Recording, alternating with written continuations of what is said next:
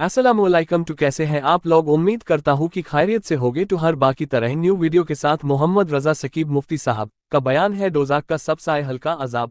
अगर चैनल पर नए हैं तो चैनल को सब्सक्राइब कर लें। अल्लाह के महबूब सल्लल्लाहु अलैहि वसल्लम ने एक दिन जिब्रील अमीन से पूछा, मुझे जहन्नम के अजाबों का तज़किरा सुनाओ।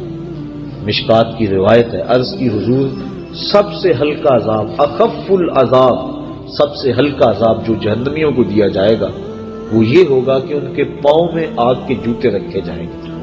बाकी पूरा बदन सलामत होगा लेकिन पांव में आग के जूते होंगे। उसकी गर्मी और हरारत इतनी होगी, यागली मिनहुमा दमागो, कि दमाग पिघल के नाक और कानों के रास्ते से बाहर आ जाएगा। ये सबसे हल्के अजाब की कैफियत है। जो सख्त अजाब है अल अयाज़ बिल्लाह। आज लोग परवाह नहीं करते, बल्कि कई लोग ऐसी बात कहते हुए पाए गए हैं तो कोई बात नहीं, अगर गए भी तो एक गोता लगेगा फिर जन्नत में चले जाएंगे। फमा अस्बरहुम अलन नार, लोगों का आग पर कितना हौसला है। अल्लाह के महबूब सल्लल्लाहु अलैहि वसल्लम तशरीफ फरमा थे कि एक सदा सुनी, आवाज आई। मां से, अब्बा ये आवाज भला कैसी है? अर्ज की, अल्लाह उसका रसूल खूब जानता है। फरमाया, 70 साल कबल जहन्नम में एक पत्थर फेंका गया था, अब उसके पेंदे में गिरा है, ये उसके गिरने की आवाज है। तो जहन्नम की गहराई 70 साल की मसाफत है, और अगर एक होता भी लगा तो 140 साल लग जाए।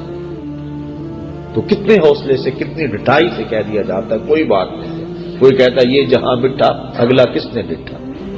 हजरत गौसे आजम शेख अब्दुल कादिर जीलानी रहमतुल्लाह ताला अलैह फरमाते हैं, जाओ कब्रिस्तान में जाके देखो कितने कितने हसीनों की मिट्टी खराब हो रही है। जो अपने बदन पे चुटकी मिट्टी नहीं पड़ने देते थे, आज उनका कफन भी तार तार हो गया। अल्लाह अकबर। तो जहन्नम के अजाब बड़े सख्त हैं। रिवायात में आता है, जब जहन्नमी जहन्नम में जाएगा, इस शिद्दत की प्यास लगेगी और बार बार तकाजा करेगा मुझे पानी दिया जाए। 70 साल तो उसकी आवाज कोई नहीं सुनेगा। 70 साल के बाद दारोगा जहन्नम झिड़क के कहेगा, बता क्या चाहिए? वो कहेगा मुझे पानी चाहिए। तो दारोगा जहन्नम उसको पानी देगा। कौन सा? मिनरल वाटर की बोतल थमाएगा उसके हाथ में, या कोका कोला या पेप्सी? कुरान पढ़िए, उसको 2 पानी दिए जाएंगे, माए हमीम और माए गिस्लीन। माए हमीम खौलता हुआ पानी, और इब्ने रजब हम्बली लिखते हैं वो इतना गर्म होगा जब कटोरे में रख के उसको दिया जाएगा और वो पीने के लिए मुंह के करीब बढ़ाएगा तो उसके चेहरे की खाल उसकी भाप से उधड़ के उसके अंदर गिर पड़ेगी, इस कदर वो गर्म होगा। दूसरा पानी उसको माए गिस्लीन दिया जाएगा, और ये जहन्नमियों की पीप का पानी होगा, और इतना बदबूदार होगा, अगर उसका एक कतरा अब दुनिया पे डाल दिया जाए तो उसकी बदबू से लोगों के दिमाग फट जाए। इंसान तो इंसान रहे, जानवरों के दिमाग उसकी बदबू से फट जाए। तो वो सख्त अजाब है जहन्नम के। मरने वालों के पसमानदगान से इजहार ताज़ियत करना, उनके पास आके दुआ मांगना, ये हुजूर अलैहिस्सलाम की सुन्नत से साबित है।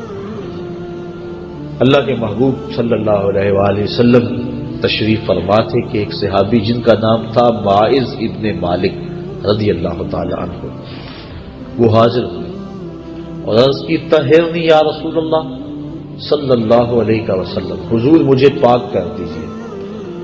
आका करीम सल्लल्लाहु अलैहि वसल्लम ने फरमाया, जाओ अल्लाह से माफी मांगो, अल्लाह तुम्हारे गुनाह माफ कर देगा।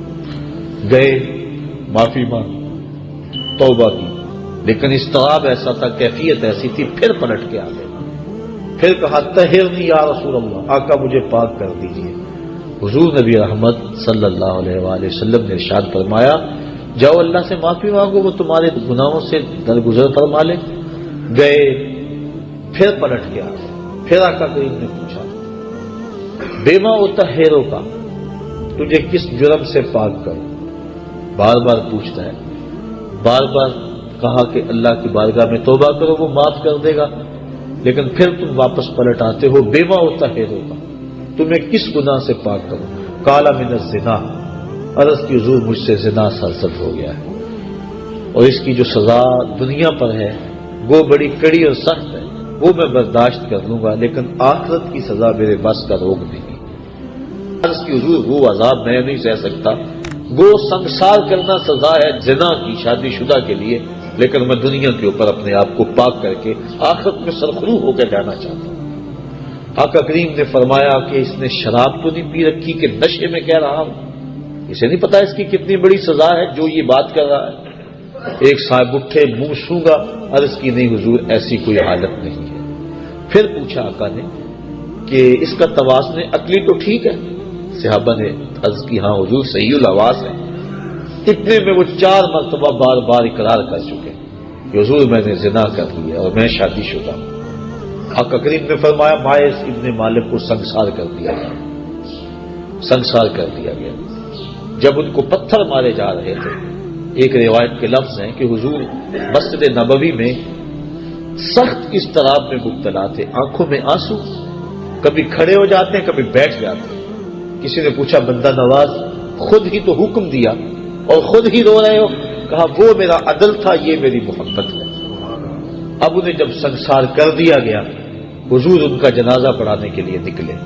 کسی نے تحقیرانہ لہجے میں کہا لو مائز نے زنا کیا تھا، بس آقا کریم کے چہرے پہ سرخیاں دوڑنے لگی، غصے میں آ گئی۔ فرمایا خبردار اگر کسی نے میرے مائز پہ بات کی، میرے مائز نے ایسی سچی توبہ کی ہے اگر روئے زمین کے تمام مسلمانوں میں تقسیم کر دی جائے سب کی مغفرت ہو جائے، کہ اس نے اپنے آپ کو حد شرع کے لیے خود پیش کیا۔ اور جب کوئی شخص اپنے آپ کے اوپر حد شرع کا نفاذ کروا لیتا ہے وہ ایسے پاک ہو جاتا ہے جیسے ابھی ماں کے پیٹ سے اس نے جنم لیا۔ اب حضرت مائز ابن مالک کا جنازہ حضور نے خود پڑھایا۔ ان کی وفات کا دوسرا دن تھا یا تیسرا دن، راوی کو شک ہے کہ دوسرا دن تھا یا تیسرا دن۔ اللہ کے محبوب صلی اللہ علیہ وآلہ وسلم ان کے گھر تشریف لے گئے۔ جب حضور تشریف لے گئے، حدیث کے لفظ ہیں وَهُمْ جُلُوسٌ، جب حضور گئے تو وہاں کافی لوگ صحابہ بیٹھے ہوئے تھے۔ آقا کریم نے ارشاد فرمایا اپنے بھائی مائز کے لیے مغفرت کی دعا کرو۔ اگر دعا ہی مقصود ہوتی تو وہ گھر بیٹھے بھی ہو سکتی تھی، اگر دعا ہی مقصود تھی تو وہ حجرہ عائشہ میں بھی ہو سکتی تھی، وہ ستون تہجد کے پاس بھی ہو سکتی تھی، وہ مسجد نبوی میں بھی ہو سکتی تھی، نماز کے بعد اجتماع میں دعا کی جا سکتی تھی، پھر نماز جنازہ خود دعا ہے۔ پھر آقا کریم یہ بھی فرما چکے ہیں کہ میرے مائز نے ایسی سچی توبہ کی ہے اگر روئے زمین کے لوگوں کو تقسیم کر دی جائے لکفاہم، ان کے لیے بھی کافی ہے۔ تو پھر حضور ان کے گھر دعا مانگنے کے لیے کیوں گئے؟ تاکہ پسماندگان سے اظہار تعزیت و محبت ہو جائے، اور جس کے گھر میں حضور گئے ہوں گے کوئی دکھڑا رہا ہوگا، وہ کیا کسی نے کہا کہ یہ الگ بات ہے کہ تم آئے ہو تو کوئی نہیں، ورنہ درد تو یہاں ہزار رہتے ہیں۔